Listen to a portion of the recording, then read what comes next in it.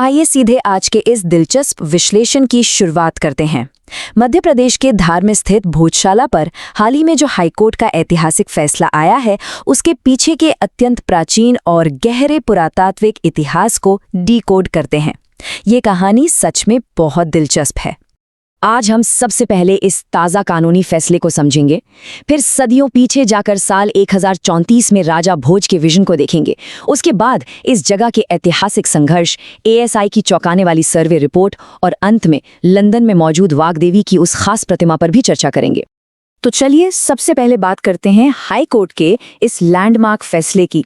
मध्य प्रदेश उच्च न्यायालय ने आधिकारिक तौर पर इस विवादित धार भोजशाला स्थल को एक मंदिर घोषित कर दिया है और हिंदुओं को यहां पूजा करने का अधिकार दे दिया है। इस एक फैसले ने सदियों पुराने स्थल को रातों रात फिर से चर्चा के बिल्कुल केंद्र में ला खड़ा किया है। अब इस पूरे कानूनी मामले में जो सबसे अहम बिंदु है, वो अदालत की एक खास टिप्पणी है। कोर्ट ने कहा कि हिंदू पूजा अर्चना की निरंतरता कभी पूरी तरह समाप्त नहीं हुई थी।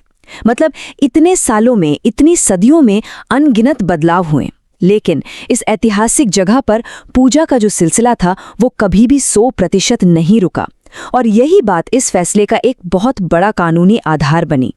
लेकिन सवाल ये है कि आखिर ये फैसला इस दिशा में क्यों गया? इस क्यों का जवाब जानने के लिए हमें इतिहास में थोड़ा पीछे जाना होगा। बिल्कुल शुरुआत में जब इस जगह की नींव रखी गई थी।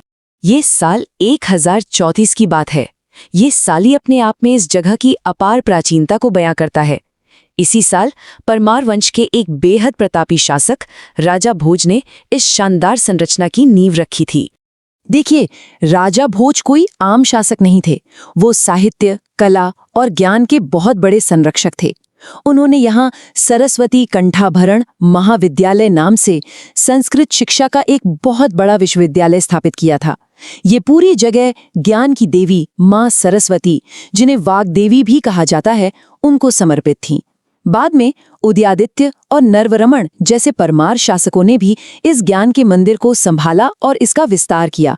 इसके सबूत आज भी वहां खंभों पर उकेरे गए उन प्राचीन संस्कृत शिलालेखों में मिलते हैं जो इस जगह की तारीफ में लिखे गए थे। लेकिन जैसा कि इतिहास में अक्सर होता है, शांति हमेशा नहीं रहती। आइए देखते हैं कि कैसे ये महान शिक्षा का केंद्र आने वाली सदियों में हमलों और बदलावों के एक लंबे जटिल संघर्ष में उलझ कर रह गया। अगर हम इस संघर्ष की टाइमलाइन पर नजर डालें तो बात शुरू होती है साल 1305 से, जब अलाउद्दीन खिलजी ने इस शिक्षा केंद्र पर हमला किया और इसे नष्ट करने की कोशिश की। फिर 1401 में दिलावर खान गोरी ने इसके एक हिस्से में बाकायदा एक मस्जिद का निर्माण करवा दिया। बात यहीं खत्म नहीं हुई। 1514 आते आते महमूद शाह खिलजी ने इसके बचे हुए हिस्सों को भी बदलने का प्रयास किया और फिर सदियों बाद 1875 में जाकर ब्रिटिश मेजर किनकेड ने इस जगह पर खुदाई का काम शुरू करवाया।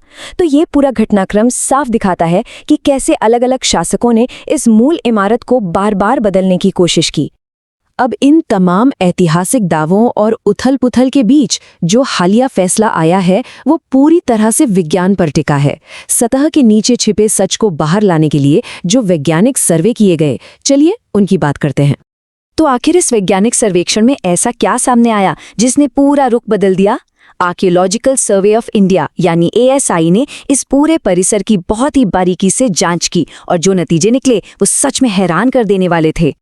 और वो नतीजे छोटे मोटे नहीं थे। संख्या है 94, पूरे 94। इस परिसर के अंदर से कुल 94 अलग अलग मूर्तियां और प्राचीन मूर्तिकला के अवशेष बरामद हुए। इन 94 अवशेषों में भगवान गणेश, ब्रह्मा, नरसिंह और भैरव की बहुत ही जटिल और स्पष्ट नक्काशी मिली है। पत्थरों पर शेर, बाघ और कई तरह के पक्षियों के बहुत ही सुंदर चित्र उकेरे हुए मिले। और सबसे बड़ी बात, इस खुदाई में ऐसे प्राचीन सिक्के भी मिले जो सीधे परमार वंश के समय के हैं। साथ ही खंभों पर उकेरे हुए संस्कृत के श्लोक भी सामने आए। ये सारी चीजें मिलकर उस वक्त की बेजोड़ वास्तुकला को हमारे सामने लाती हैं और इस जगह का सीधा कनेक्शन राजा भोज के युग से जोड़ती हैं। कहने का मतलब ये है कि ये जो भी पुरातात्विक साक्ष्य मिले हैं, ये उन पुरानी किताबों और ऐतिहासिक ग्रंथों से बिल्कुल मेल खाते हैं जिनमें एक प्राचीन हिंदू मंदिर और एक भव्य शैक्षिक केंद्र का जिक्र था। इन्हीं ठोस सबूतों ने अदालत के सामने धार भोजशाला के असली स्वरूप को लेकर पुख्ता वैज्ञानिक प्रमाण पेश किए। लेकिन कहानी अभी खत्म नहीं हुई है। राजा भोज के उस भव्य विश्वविद्यालय का, इस पूरे ऐतिहासिक परिसर का जो सबसे मुख्य हिस्सा था, वो तो आज यहाँ है ही नहीं।